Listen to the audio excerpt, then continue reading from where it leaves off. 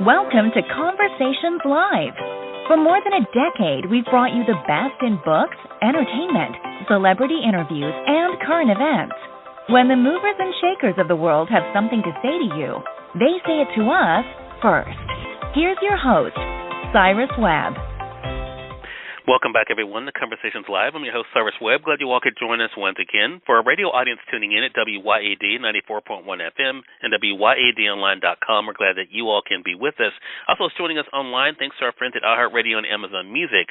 We're glad you all could be with us as well. This is part of our Music and Youth segment here at WYAD, and today we're talking about men's health. It's not something I know us guys like to think about, talk about, or even do. Of course, we do know that men are not always the best at taking care of themselves, but our next guest is helping to change that. We're excited to welcome Dr. Amy Pearlman to our broadcast.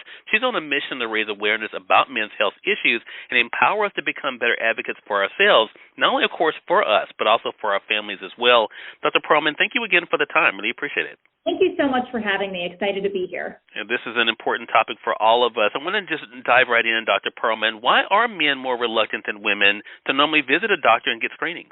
They certainly are, and the CDC reports that women are more likely to visit the doctor than men. There was actually a very interesting survey out of the Cleveland Clinic that showed that 72% of men would rather be doing household chores, even things like cleaning toilets, than going to the doctor. There are certainly a lot of barriers when it comes to a man seeing a healthcare provider. And as women, we get plugged in early. So as an adolescent, as a teenager, I got in for my well woman's visit very young, and then I saw a provider on a annual basis. But men don't have those same milestones, unfortunately. So oftentimes they're coming to see someone like me decades later than a woman actually gets entered into the healthcare system.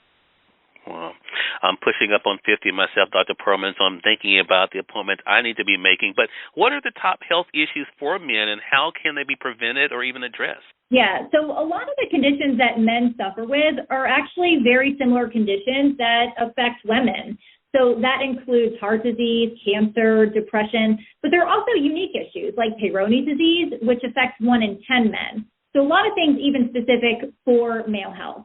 And it's something, again, that we are hearing more about, so it really is up to us guys, especially after the pandemic, I've noticed, Dr. Pearlman, to really get us back to making those appointments. So embarrassment is one of the things that definitely comes up for a lot of guys. What advice do you have for guys who might be embarrassed about seeking some medical attention? Yeah, when it comes to even calling a healthcare provider's office, as a woman, I can call an office and say, I'd like to schedule my annual or a well woman's visit. And I'm on a mission to make something called a well man's visit, where you don't even necessarily have to have a problem to warrant calling a doctor's office to scheduling an appointment.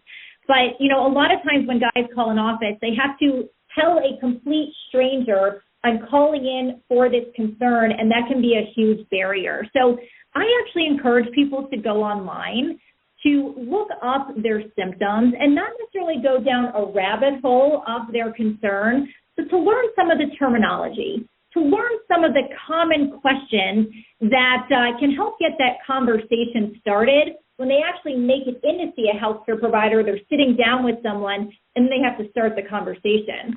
But as a healthcare provider, I never start a conversation with a new patient talking about the reason for their concern.